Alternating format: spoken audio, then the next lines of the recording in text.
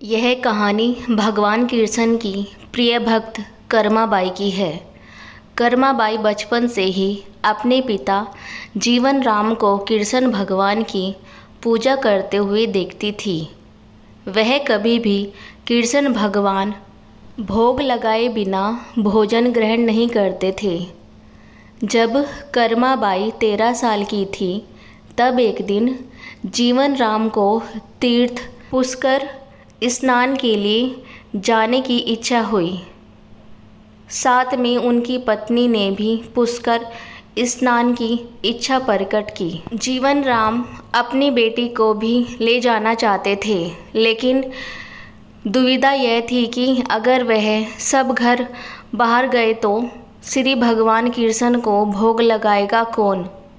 तब जीवन राम ने इस नित्य क्रम की जिम्मेदारी कर्माबाई को सौंपी और कहा कि देखो बेटी कर्मा, सुबह भगवान कृष्ण को भोग लगाने के पश्चात ही तुम भोजन ग्रहण करना।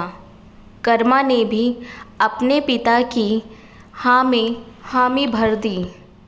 अगले दिन सुबह कर्माबाई ने उठकर सबसे पहले गुड़ और घी डाल के बाजरे का खिचड़ा बनाया और भगवान कृष्ण की मूर्ति के सामने रख दिया और बोली, भगवान मैंने आपका भोग रख दिया है, आपको जब भूख लगे तब खा लेना, तब तक मैं घर के काम पूरे कर लेती हूँ। इतना कहकर कर्मा अपने घर के कामों में जुट गई। काम करते करते बीच में आकर देखने पर जब कर्मा को ज्ञात हुआ कि भगवान ने अभी तक खिचड़ा नहीं खाया है, तब उसे संदेह हुआ कि शायद खिचड़ी में घी और गुड़ कम है, इसलिए भगवान कृष्ण भोजन ग्रहण नहीं कर रहे हैं। तभी कर्माबाई ने खिचड़ी में थोड़ा गुड़ और घी मिलाया और मूर्ति के सामने बैठ गई। वह बोली, भगवान मेरे पिताजी जब खिलाते हैं तब तो आप खा लेते हो, तो अब क्यों नहीं खा रहे। और अभी तो पिताजी बाहर गए हैं, उन्हें आने में बहुत दिन लगेंगे, तब तक आपको भोग लगाने की जिम्मेदारी मुझे दी गई है, इसलिए जब तक आप भोजन नहीं खाएंगे मैं भी कुछ नहीं खाऊंगी। इस तरह जिद पर अड़ी नन्ही कर्मा की प्यारी बातों से कृष्ण भगवान का सिंहासन डोल गया और फिर मूर्ति में से आवाज़ आई, बेटी कर्मा तुमने पर्दा तो किया ही नहीं, तो मैं भोजन कैसे ग्रहण करूं।